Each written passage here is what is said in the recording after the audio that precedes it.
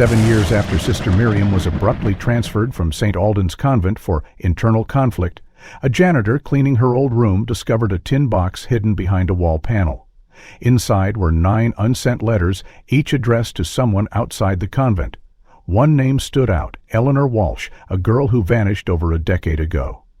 What began as dust-covered curiosity soon unraveled into a decades-long secret no one was supposed to find. The rain had begun to fall lightly over the sloping hills of Vermont when the news spread through St. Alden's Convent like a whisper behind closed doors. Sister Miriam was leaving.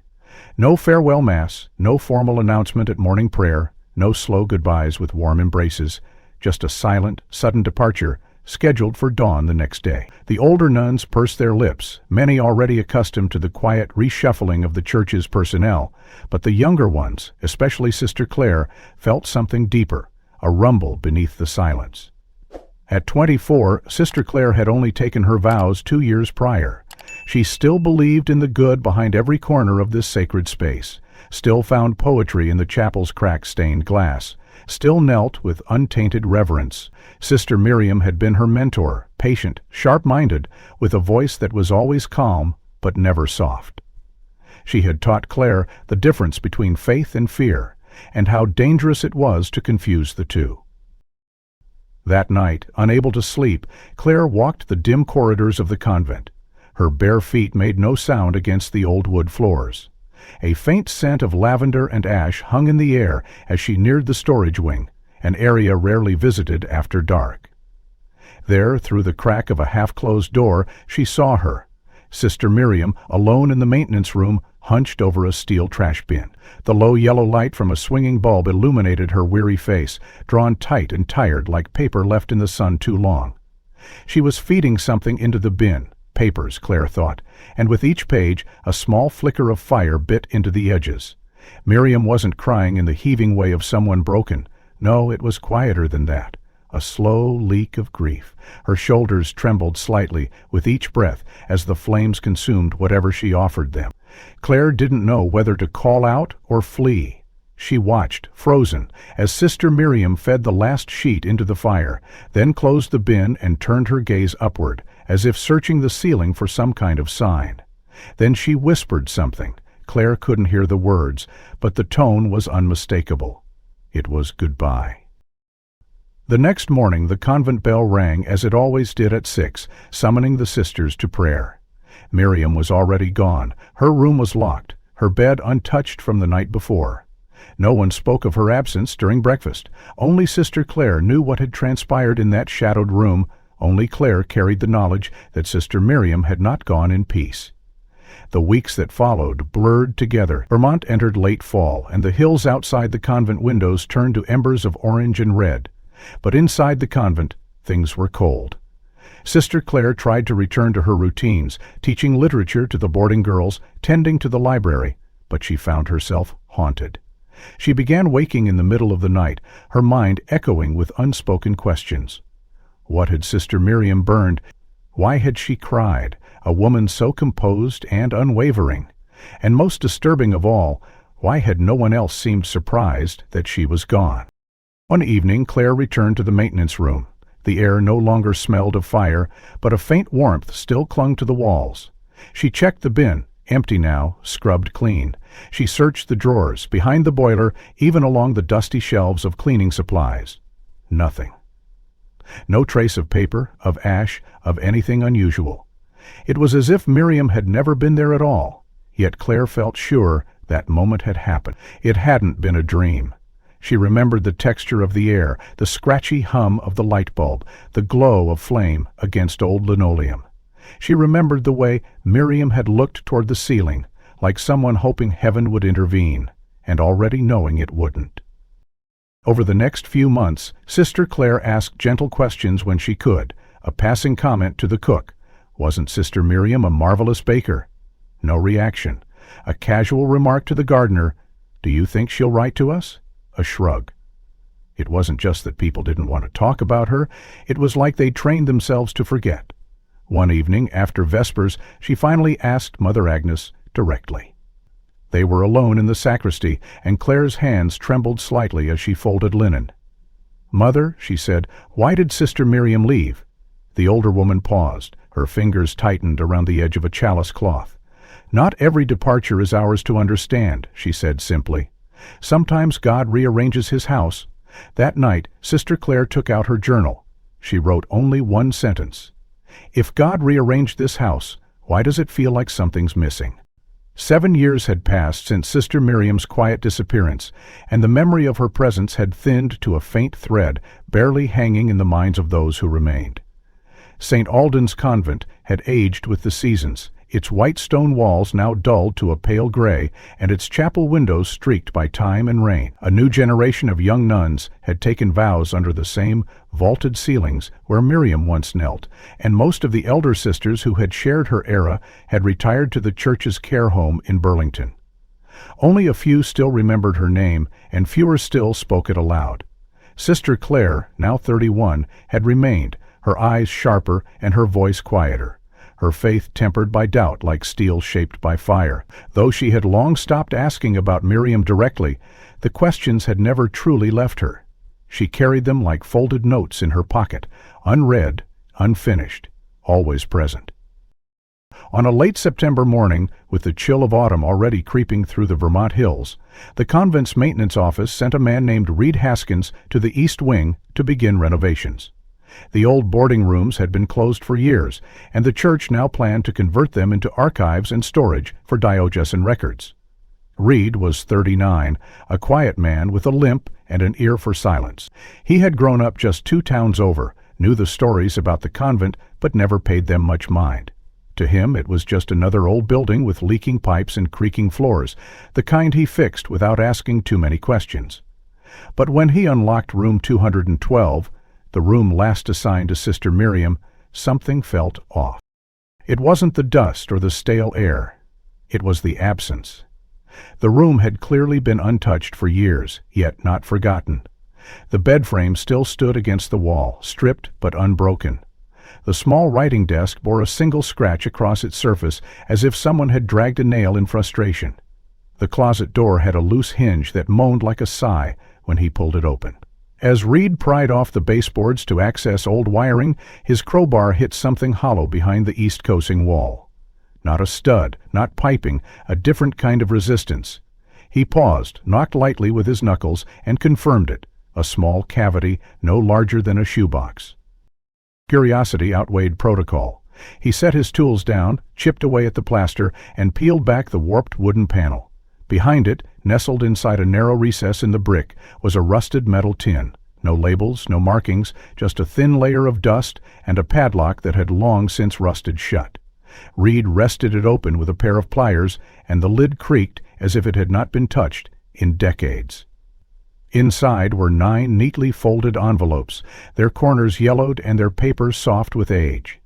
Each was sealed but unmarked on the outside, and for a moment Reed simply stared at them, unsure whether he was trespassing into something sacred or forgotten. He carried the tin downstairs to the front office, where Sister Agnes, now the convent's acting administrator, greeted him with a raised brow. When she saw the envelopes, her face hardened. "Where did you find these?" she asked, voice low. Reed explained, expecting perhaps gratitude or curiosity.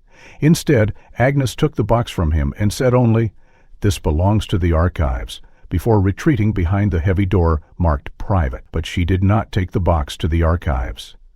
That night, after Vespers, Sister Clare passed the hallway near Agnes's office and saw the old woman sitting rigid in her chair, the tin open on her lap, one of the letters in hand. Her expression was unreadable, not grief, not shock, but something heavier, burdened, as if trying to decide whether to remember or to forget. The next morning, the box was gone. Clare waited until evening before she approached Agnes directly. "I heard they found something in the old rooms," she said cautiously. Agnes didn't look up from her ledger. "Just some papers, church matters." Clare paused. "Were they Sister Miriam's?" The pen in Agnes's hand stopped mid-stroke. A beat passed before she responded, "It doesn't concern you?" But it did. Later that week, a slip of paper appeared under Clare's pillow. No signature, no note. Only a list of names, 9 in total. Some ordinary: Carter, Maybelle James, others oddly specific: Father Anton, St. Michael's Parish, Duluth, or Marion Parker, Coyote Trail Library, Flagstaff. None were affiliated with the convent, but she knew without doubt that these were the intended recipients of the letters. Who were these people? Why had Miriam written to them? And why had the letters never been sent? Sister Clare sat alone at the far corner of the convent library, her fingers trembling slightly as they unfolded the third of the 9 letters. She had managed to retrieve them, not all, but enough, through a mix of quiet persistence and one unexpected moment of weakness in Sister Agnes, who had grown increasingly fatigued and withdrawn in recent weeks. Agnes had left the tin unlocked on her desk, assuming perhaps that the mere sanctity of the office would shield its content. It had not. Clare knew her actions might be viewed as disobedience, but her instincts overruled obedience now. The letters smelled faintly of dust and lavender, like something preserved in secret for too long. The ink had faded, but Miriam's handwriting was unmistakable, sharp, slanted, deliberate. In the third letter, Clare's eyes froze on a name halfway through the second paragraph. Eleanor Walsh. Her breath caught, her heartbeat pausing before racing ahead. Eleanor Walsh. She remembered the name, not from inside the convent walls, but from outside them, from local news reports that had once circled like vultures around a small rural town's worst fear. Eleanor had been a student at a nearby day school, aged 16, last seen waiting at a bus stop less than 5 miles from St. Alden's. That had been over 10 years ago. Her disappearance had sparked search parties, prayer chains, and public panic. For weeks, volunteers combed forest edges and riverbeds. Nothing was ever found. No backpack, no phone, no shoes. Just gone. The police had questioned everyone, including nuns at the convent, though Clare had only recently joined at the time and had known little of it. But the name stayed with her, like a needle buried deep in cloth, felt though unseen.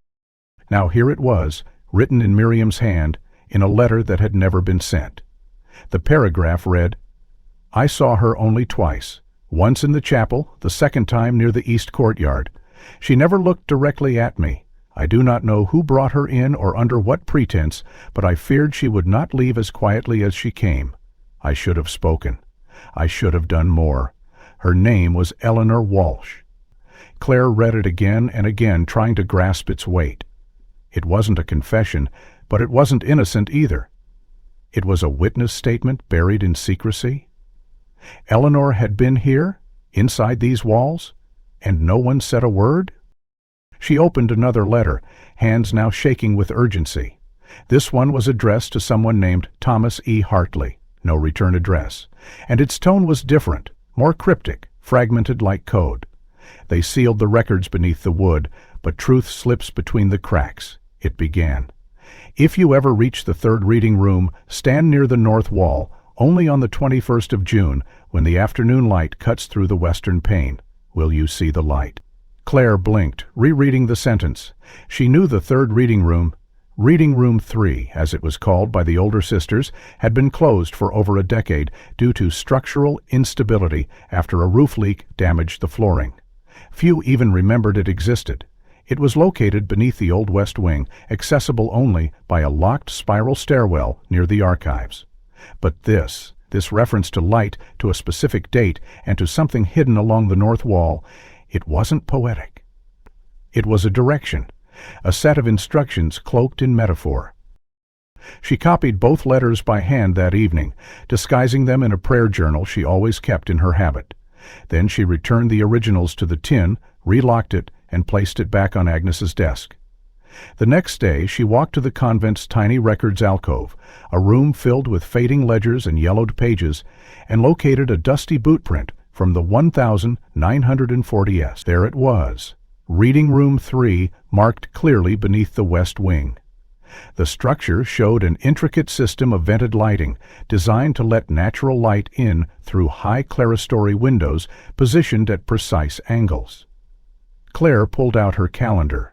June 21 was less than 3 weeks away. But it wasn't just the letters that haunted her now, it was what Miriam hadn't said. There was no mention of how Eleanor arrived, no clue who had brought her, no detail on what happened afterward. Just those two sightings. Chapel. Courtyard. Silent. Ghost-like. as if Eleanor had drifted in and out like smoke, yet Miriam's guilt was etched into every line. She had burned some papers, yes, but she had kept the letter. It meant she wanted the truth to outlive her fear. Claire began cross-referencing old rosters, donation logs, and maintenance records. In the spring of 2012, roughly a month before Eleanor's disappearance, a new entry appeared under Special Accommodation Expenses. The payee, a name she didn't recognize, Brother Matthew Leary. The address listed was a post office box in Albany. She dug deeper, searching internal memos and old convent newsletters. Nothing. Brother Matthew had never taught, preached, or resided at St. Alden's. But the expense report was signed by Sister Miriam herself. Claire closed the book slowly and looked up, her eyes drawn toward the west-coasting windows where late afternoon sun painted long shadows across the wooden floor. In the silence, she imagined a girl standing near the chapel, waiting for someone to speak for her. No one ever had. The early days of June passed with a tension Claire could not shake.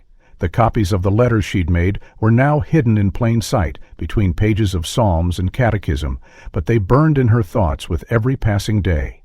She returned more than once to the old blueprint, tracing her fingers along the contours of room 3, imagining the light, the silence, the truth that might rest in dust. Yet something in her conscience stirred, a sense that this burden was not hers alone to carry. There had been others, people whose paths had crossed Miriam's before her quiet departure, before the mystery had crystallized into silence. In one margin of an old yearbook tucked in the library's archives, Claire found a familiar name. Rachel Linwood, class of 2011. Boarder, choir member. Close to Sister Miriam, according to the handwritten notes on the dedication page, for Sister M, who saw the music in me when no one else could. Claire remembered Rachel vaguely, a girl with coal-back hair, sharp wit, and a voice that had once filled the chapel with smalling clarity. They had overlapped for barely a year, but Rachel had left a quiet mark. Now, a decade later, Rachel was living in Montpelier, teaching voice lessons at a small private school. Claire contacted her using an email address she found scrawled in a decade-old alumni update. Her message was simple. "Do you remember Sister Miriam? I believe she left something behind." Rachel replied, "Within the hour." They met at a cafe off Bar Street, a quiet spot with sun-streaked windows and the scent of cinnamon hanging in the air. Rachel looked older but not diminished, her eyes still alert, her voice still calm. Claire explained everything, the tin box, the letters, the name Eleanor Walsh, and the cryptic instructions about June 21. Rachel listened without interruption, her fingers resting lightly on the rim of her mug, and when Claire finished, she asked only one thing. On the morning of June 21, the sun rose into a sky scrubbed clean by midnight rain. The convent grounds were quiet. Most of the sisters were in morning reflection or kitchen duty, and Claire had secured a rare hour of solitude under the pretense of rest. She met Rachel by the maintenance staircase, and together they descended into the belly of the west wing. The air grew cooler, damper, the metal stairs creaked beneath their careful steps.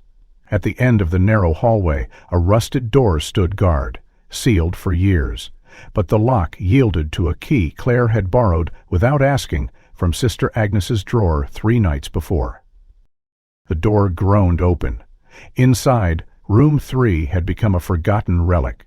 Dust coated the shelves and tables like a second skin.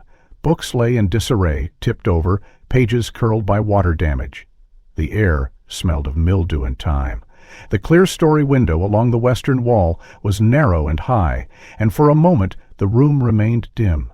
But then, as the clock crept toward midday, a single beam of light broke through the window and cut a precise diagonal across the room.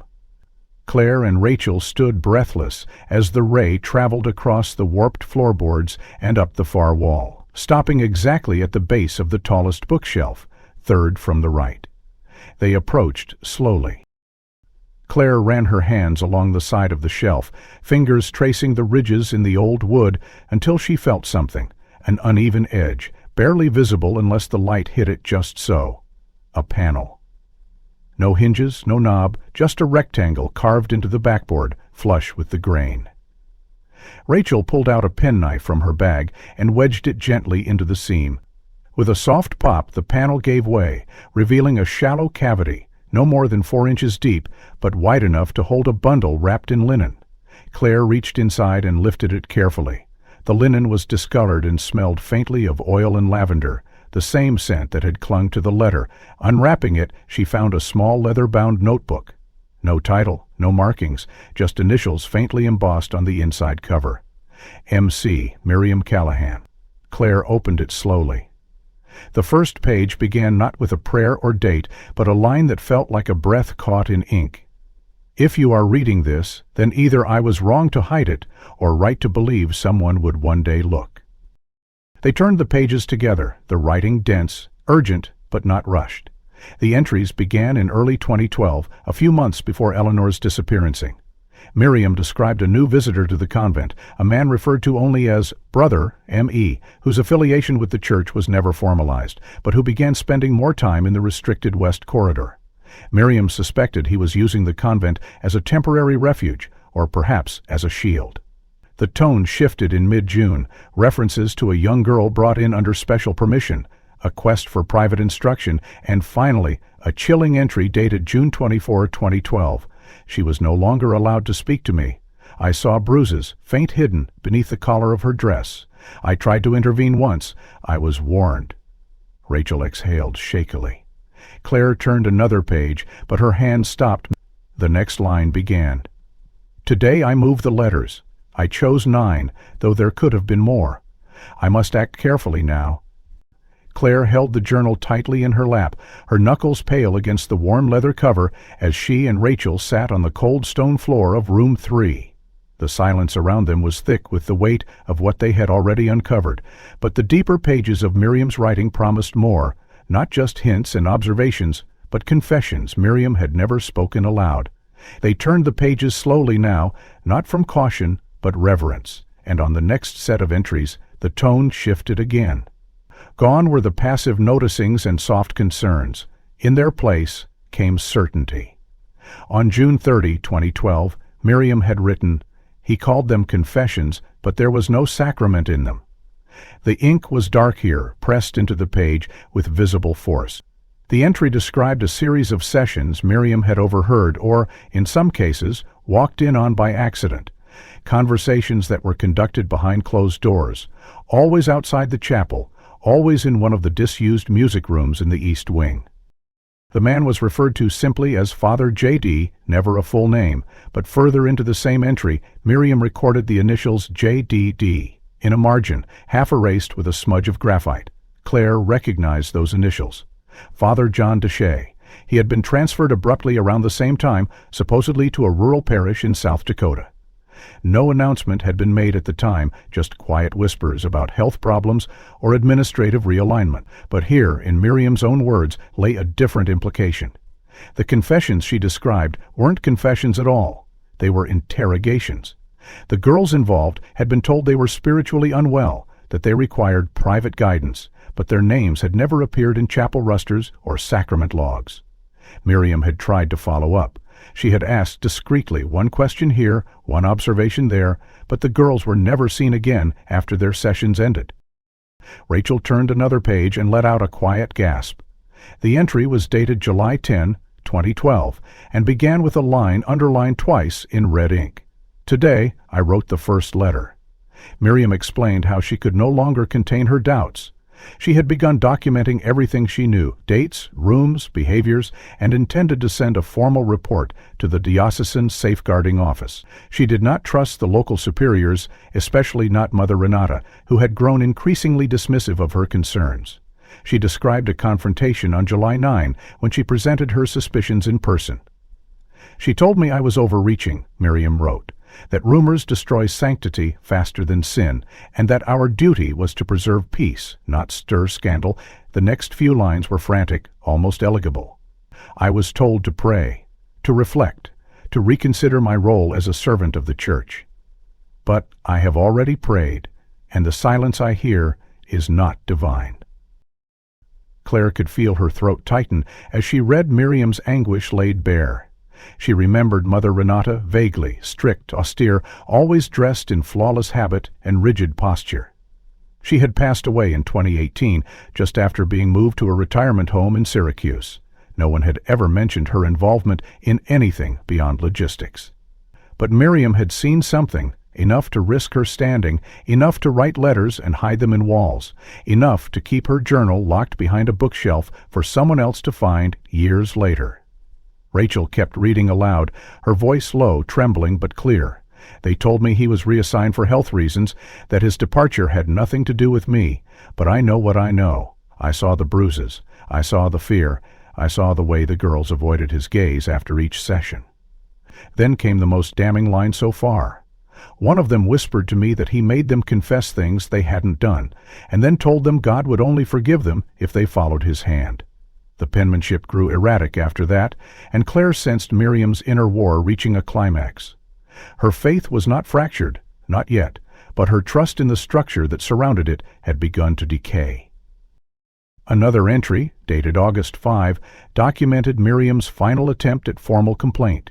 She had mailed a report, sealed and signed, to the Archdiocese, with all available evidence, names, dates, her suspicions. She never received a response. 3 weeks later, Mother Renata had summoned her and asked her to reconsider her position. "You told me that my behavior was sowing doubt among the young sisters, that I needed a period of reflection, that perhaps the convent in Connecticut would offer me more peace." That was the first mention of her reassignment. It was not disciplinary on the surface. It was framed as compassion. But in her journal, Miriam had written the truth plainly. It was exile wrapped in silk, but exile all the same. Rachel closed the book briefly and looked at Claire. "She tried," she said softly. "She tried everything." Claire nodded, her jaw clenched. She didn't want to admit the swell of rage she felt, not just toward the man Miriam had tried to expose, but toward the system that buried her voice beneath layers of obedience and fear. She opened the journal again and flipped to the back. A list was taped inside the rear cover, 9 names, each one corresponding to the letters found in the tin. At the bottom of the list was a final note, written in red pencil. "If no one listens, leave the light." The journal trembled slightly in Claire's hands as she turned the page, her eyes already heavy from the hours spent decoding Miriam's confessions. The air in room 3 felt colder now, as though the weight of what they had uncovered had thickened the atmosphere, making even breath seem like an intrusion. Rachel sat beside her, arms folded, staring down into the soft light that pooled from the narrow western window, which was now dull with approaching dusk. Claire ran her fingertips across the next entry, dated July 2, 2012, and her heart stopped mid-beat when she saw the name written clearly at the top of the page. Eleanor Walsh. The ink was darker, as if Miriam had pressed harder with each stroke, perhaps to steady her own shaking hand. The entry began. She arrived in the early afternoon accompanied by Father J., just the small driver, and a teenage girl carrying a bucket for food with inside. Eleanor looked pale, exhausted. Her uniform was 2 sizes too large, and her eyes never met mine. He called it a spiritual emergency, said she had requested absolution in private, and that the chapel's confessional was too exposed. I knew that was false. Eleanor didn't even know my name. The words grew more erratic as the passage continued. He led her into the music room again, locked the door from the inside. I waited by the window, listening. I heard her voice, quiet, hesitant. She spoke of things no child should know: shame, guilt, touch. I couldn't hear every word, but I heard him say, "Your sin only leaves when you trust me." My stomach turned. Claire felt something twist in her chest, a mix of nausea and fury so dense it nearly suffocated her. Miriam had not intervened. Perhaps she couldn't. But she had been there. She had documented it, and this entry was the last time anyone had seen Eleanor in writing, in testimony, in flesh. The next line was underlined twice. She was never seen again after that day. There was no elaboration, no follow-up, just that stark truth, printed like a final breath. She died in that room, didn't she? Claire didn't answer, because she didn't know. All she could do was keep reading, hoping the journal would give them more than just shadows. As Claire closed the book for a moment to compose herself, a soft crackle sounded near the spine. Something had shifted within the cover. She turned the journal upside down gently, and a single photograph, thin and weathered, slipped out and landed face down on the floor. Rachel picked it up first. The photo had yellowed along the edges, its corners slightly curled, but the image remained sharp. It showed a sunlit garden overgrown with wild ivy and encroaching thistle.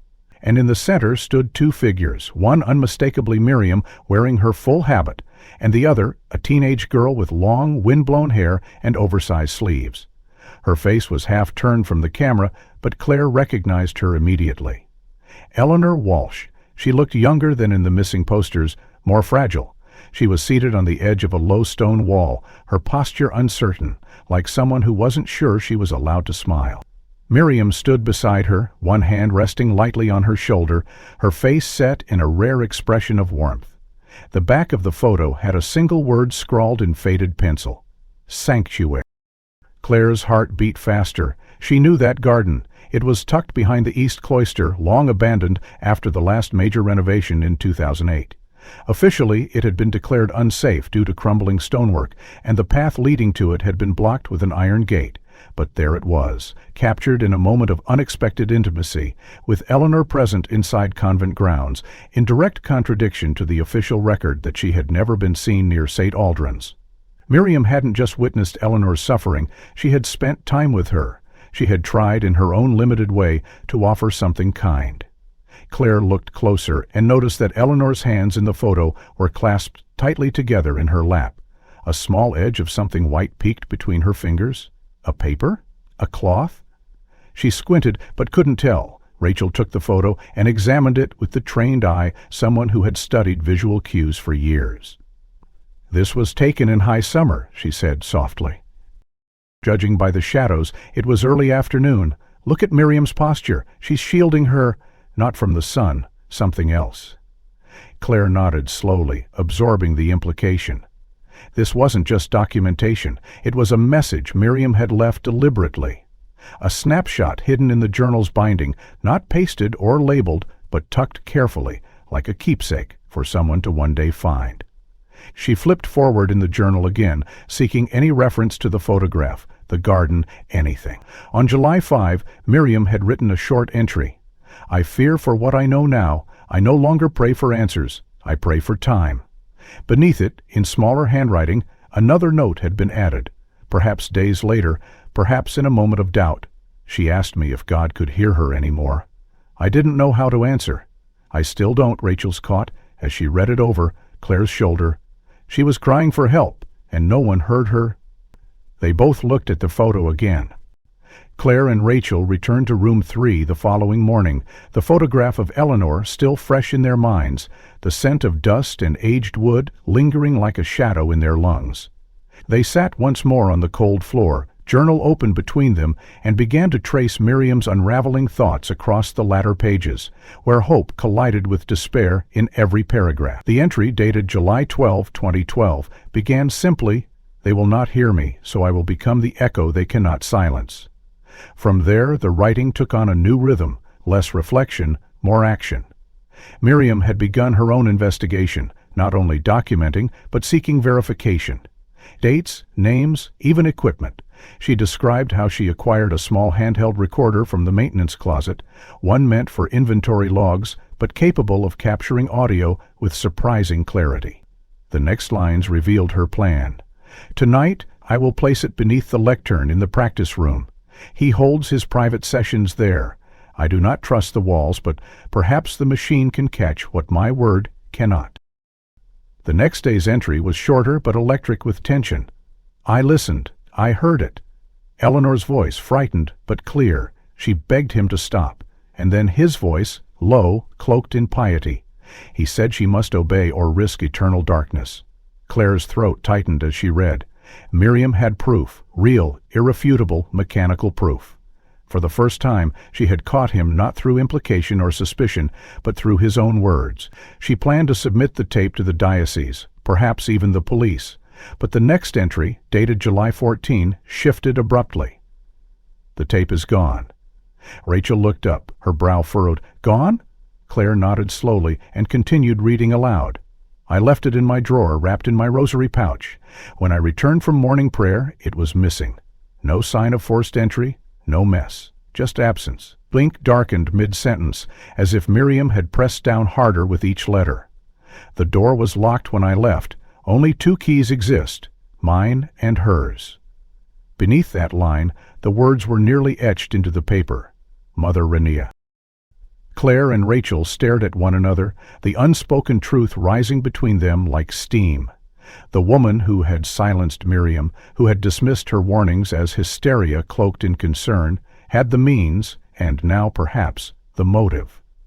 Miriam never said outright that Renata had taken the tape, but every line of her writing pointed to that conclusion. She documented no confrontation, only a withdrawal. She smiles more now, like she's waiting for me to give up. But I won't. Even if I can no longer hold the proof in hand, the truth remains in my mouth. In my pen, where followed were fragments, lists of dates, references to Eleanor, to other girls whose names were redacted or only initialed. Claire recognized some from old rosters. A few had left suddenly, others had returned to their homes without explanation. All had passed through the same corridor, all had seen the same man. On July 16, Miriam noted an unexpected event. She came to my door today, she wrote, Mother Renata, holding a tray of tea. She never visits. She said she was worried about my isolation, that she feared my faith was suffering. She called me dear sister for the first time in years. Miriam wrote that she accepted the tea but did not drink it. Something about Renata's tone, her warmth, felt rehearsed. It was a test, Miriam wrote, to see if I would bend, if I would submit, if I would bury this all under obedience. I smiled and told her I was resting. They knew exactly what she was doing and tried to disarm her gently, like smothering a fire with silk. Claire flipped forward. The next entries became erratic, some barely legible. Miriam's handwriting frayed at the edges, sentences trailing off mid-thought. On July 20, she wrote only one sentence. I feel watched. On July 21, I have hidden the copies, the letters, the list. If they find this journal, I pray they don't find the rest. And finally, on July 25, the last full entry before the abrupt end of the journal. They say I am to leave by week's end, a reassignment for my health. I've not spoken of the tape again, but I saw her today, Eleanor, or a vision of her near the garden. She said nothing, just looked, then turned and vanished beyond the hedges. Claire turned to Rachel, her voice being erased. After hours of silence and grief, heavy discovery, in room 3, Claire and Rachel emerged with the journal cradled between them like fragile truth, unwrapped and breathing. The air outside had shifted. A summer storm brewed at the edges of the sky, clouds building weight and pressure, mimicking the slow, unavoidable storm unraveling inside them. They returned to the convent's archives, not to rest, but to dig. If Miriam's words were fading, they had to turn to what was left behind. Fragments, relics, and perhaps the final trails of those who had tried to bury her truth. Rachel remembered something then, a detail from an obituary she had seen months earlier, one she hadn't thought much about until now. Didn't Mother Renata die recently? She asked. Claire nodded. Late 2020. Heart failure, they said. Quiet funeral. Rachel's eyes narrowed. Do you know where her belongings went? Claire didn't, but she knew someone who might. Sister Joan, the last living nun who had served directly under Renata, now tended the infirmary. They visited her that afternoon under the pretense of health check assistance, and Joan, old and nearly blind, spoke freely with little suspicion. Sent to her niece in Albany. Church didn't want to deal with it. Claire's chest tightened. Do you know her niece's name? Joan smiled faintly. Amelia Renata Calloway. Works at a museum or something. She sent back some items, too sentimental, I guess. There's a locked trunk in the lower storage. They said it had nothing of use. They found the trunk buried behind crates of hymnals and unused choir robes. Claire broke the rusted clasp with a hammer. Inside were several stacks of letters, old robes, a string of wooden rosary beads, and near the bottom, a black leather-bound photo album wrapped in a silk cloth. She lifted it carefully. The first few pages were filled with images of retreats, group photos of sisters from the 90s and early 2000s, faded but pleasant. Then halfway through, a postcard slipped out, small, matte, and unmistakably deliberate. On the front, a photograph of a gray stone building nestled among pine trees. Printed below it in typewriter font were the words, Hollow Pines Recovery Center, Kingman, Arizona. On the back, a date, 2013. And a note in looping handwriting's name, She sings sometimes. Claire froze. Rachel reached for the card and stared at the building. This isn't Vermont, she said. Not even close. Claire's voice trembled. She didn't die. She was disappeared. She flipped the next page in the album. Tucked in the corner was a small, grainy photograph, black and white, showing a teenage girl seated on a bench beneath a tree. Her hair was longer, face thinner, expression vacant, but the eyes, those eyes were Eleanor's. She was older, haunted, wearing a patient's uniform. No name tag, no identification. Claire turned the photo over. It had no label, only a hospital code, HB 611327. Her hands shook as she sat back. They institutionalized her, she whispered, made her anonymous. Rachel nodded slowly, piecing it together aloud, spoke out. She resisted, maybe she ran, and instead of letting her go home, they reclassified her. If no one claimed her, no one knew where she went. Claire felt the weight of it settle in her chest. It wasn't death. It was erasure. A life rewritten as illness, a story redacted by those sworn to protect. She turned back to the journal, finding the final few entries with new understanding. Miriam had never confirmed Eleanor's fate. Perhaps she didn't know it. Perhaps she feared the worst, but Renata had known. She had kept this photo, this proof, hidden in her belongings until her death. Whether it was guilt or control, Claire couldn't say. But the fact that she had held on to it meant she had watched over the secret, ensuring no one else ever uncovered it. Rachel held the photo in her hands. "We have to find that facility," she said. "If she's alive." Claire nodded. Her voice was steady now. "Then the silence ends here." She folded the postcard, the photo, and a copy of Miriam's July 2 entry into an envelope. They had a name, a location, a clue, and now, perhaps, a second chance to bring Eleanor home. With the photo and postcard in hand, Claire and Rachel returned to the convent's records office, a place they now viewed less as a sanctuary of history and more as a maze of selective memory. If Eleanor had truly been institutionalized under false pretenses, there would have to be a financial trail, something too buried to see but too necessary to fully erase. Claire remembered the account ledgers, stored in the cabinet marked Health Ministry and Outreach Funds, a section rarely checked by anyone but the bookkeeper. They began scanning line by line through the annual reports dating back to 2012, the year Eleanor disappeared. The numbers looked unremarkable at first, just a series of standard disbursements under vague categories, care support, remote services, but then Rachel noticed something. Every single month, beginning August 2012, there was a recurring transfer of $2,650, 0 cents, labeled only as RHS Religious Health Subsidy.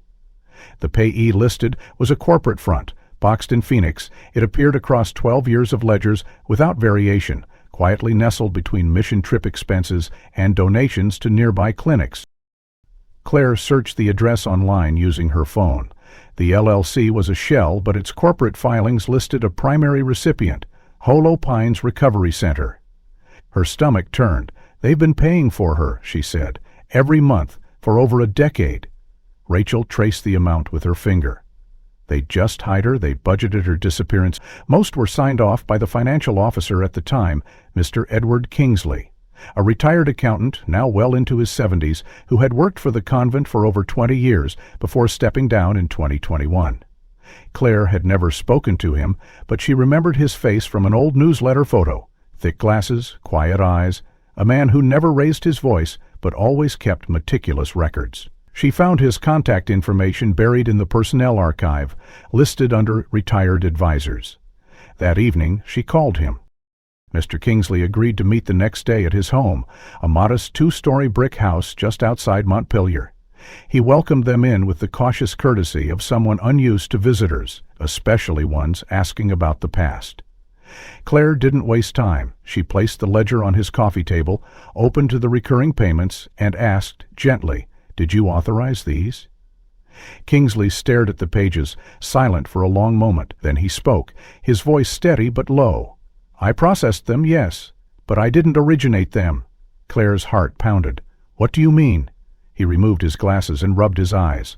"I was told to include that line item starting in mid-2012. It was added to the budget under the Health Outreach Division. But the order didn't come from me." Rachel leaned forward. "Whose order was it?" Kingsley hesitated. "Came from the top. From Mother Superior herself. At the time, that was Renata." He sighed. "She said it was a sensitive matter, medical support for a religious case under confidentiality clauses. I asked for documentation. She said it had been filed at the diocesan level. I never saw it." Claire turned a page in the ledger. "These are your signatures." Kingsley's jaw tightened. "No, they're not." He flipped to another one. "And this one here." "I didn't sign those, not directly. I found out a year later that Sister Agnes had been assisting, filling gaps. I confronted her. She said she was told it was for continuity, to maintain the books while I was away for my surgery." "That it was temporary?" Claire felt a chill bloom at the base of her spine, a religious health subsidy that no one ever questioned. Rachel held up the postcard of Eleanor. "Do you recognize her?" Kingsley's face went still. He leaned in, squinting at the image. "I saw her once. Briefly. She wasn't in a habit. I assumed she was a retreatant." Claire's voice broke slightly. "She wasn't. She was a child. She was taken here hidden, then disappeared into a facility." Kingsley's eyes closed. "Then I helped make that possible. Even if I didn't know it." They sat in silence. Outside, the wind rattled through the trees, and inside, the truth settled like a weight too heavy to move. Claire closed the ledger. "We have a trail now," she said. "We can connect the money to her disappearance." Rachel nodded. "But the question is, who else knew, and who's still protecting it?" Kingsley gave them one final name. "If you want the last missing piece," he said, "you'll need to talk to Sister Agnes. She still signs the outreach reports. She may not have initiated the cover-up, but she kept it going." Claire and Rachel looked at each other. The next door they had to knock on wasn't hidden in the pass-through. It was still down the hall at St. Albans. They didn't expect the facility to answer their inquiries so quickly, but the name Eleanor Walsh hadn't triggered any red flags, likely because it was never recorded. Instead, Rachel used the hospital code on the back of the photo and the pseudonym HP61 1327. 2 days later, they received a reply. A patient had been admitted in 2012, female, age estimated at 17, with no official name provided. She had been transported directly from out of state by a faith-based care sponsor without familial identification, and for 12 years she had remained in the facility under minimal supervision. No visitors, no legal inquiries, no official diagnosis beyond emotional dissociation and religious trauma. The address on file matched the convent's secondary office in Vermont. Claire's hands shook as she read. The truth was no longer speculation. It was systematized, filed, archived, and almost forgotten. But Eleanor had survived, and now they had a chance to bring her home. Arriving at Hollow Pines felt surreal, the air dry and sharp with desert wind, a far cry from the damp serenity of Vermont. The facility stood in silence, surrounded by pine and gravel, its windows shaded, its walls a dull gray. They were escorted in by a nurse who had only been working there 6 months and knew little of the older cases. She led them to a small activity room, where a few long-term patients sat by the windows, tracing shadows on paper or watching trees sway. At the far corner, alone by a shelf of books untouched by time, sat a woman with pale skin, tangled hair, and a distant gaze fixed on nothing. Rachel stopped walking. Claire recognized her instantly. She was older now, nearly 30, her limbs thin, her eyes clouded, but still unmistakably the same. She did not speak, even when addressed gently. The nurse said she hadn't said more than a few words in years, but she was calm, never violent, never disruptive. She wrote sometimes, drew shapes, often kept to herself. Claire knelt beside her, unsure of what to say. The silence between them was deafening. Then Eleanor moved. She didn't speak, but slowly, as if recalling some old instruction, she reached into her cardigan pocket and pulled out a folded scrap of paper, soft with wear, its edges curled like a dried leaf. Claire accepted it with well-back hands, unfolding it carefully. There, written in narrow, slanted handwriting, were the words, "Sister Miriam said I was brave." Claire felt tears rise instantly. The ink had faded slightly, but the lettering was clear. It wasn't Eleanor's handwriting, it was Miriam's, the same hand that had filled the journal, that had penned the letters, that had hidden secrets in walls. The paper had been folded many times, protected, treasured. Rachel looked over her shoulder, her breath catching in her throat. Back at the convent, Claire pulled out Miriam's journal again. They hadn't looked at the inside of the back cover in detail, but now, sensing something they hadn't before, Claire turned to the final page. At the bottom, beneath her last dated entry, there was a single line, barely legible, written in faint pencil and different ink. "If they find her, tell her I never stopped believing." The style matched the slope of the letters, the quiet weight behind each word. Rachel held the paper up beside the journal. The match was exact. They were written in the same moment, the same hand. One Miriam had left hidden behind the bookshelf. The other she had slipped, somehow, quietly, defiantly, into Eleanor's pocket before she was taken. A seed of belief, kept alive in silence. They brought the evidence to the authorities, photos, journals, ledgers, audio testimony from Mr. Kingsley, even the forged ledgers. Legal action was slow but inevitable. The diocese launched an internal inquiry, the story reached media outlets within weeks, and a formal investigation into the institution's past conduct was announced. Pines transferred Eleanor to a rehabilitation center with trauma specialists, and though she still did not speak, her drawings began to change, less erratic, more centered. One afternoon, Rachel visited and found her sketching a walled garden, shaded by ivy, with two figures sitting on a bench. Claire saw it and knew immediately it was the garden from the photo, and the figures were Eleanor and Miriam. Word of the case traveled fast. Former students reached out. One of the girls listed in the journal came forward, now a mother herself. She spoke publicly about what she had experienced and confirmed Miriam's suspicions. Her testimony gave weight to the accusations, and for the first time, the name Sister Miriam Callahan was spoken in public, not as a footnote, but as a warning turned legacy. At the convent, Room 3 was reopened, no longer hidden behind a rusted lock. It became a place of reflection, renamed quietly by the sisters who remained, those who had never known or had only ever wondered.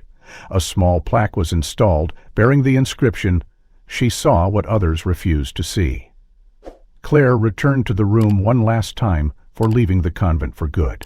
She left the original journal and the folded paper, now encased in glass, beside a candle that burned softly through the dusk. Outside, the wind passed gently through the old garden, and for the first time in years, it no longer felt abandoned.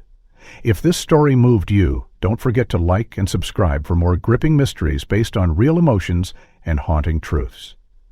Which part of Eleanor's story stayed with you the most? Do you think Miriam knew how far it would all go?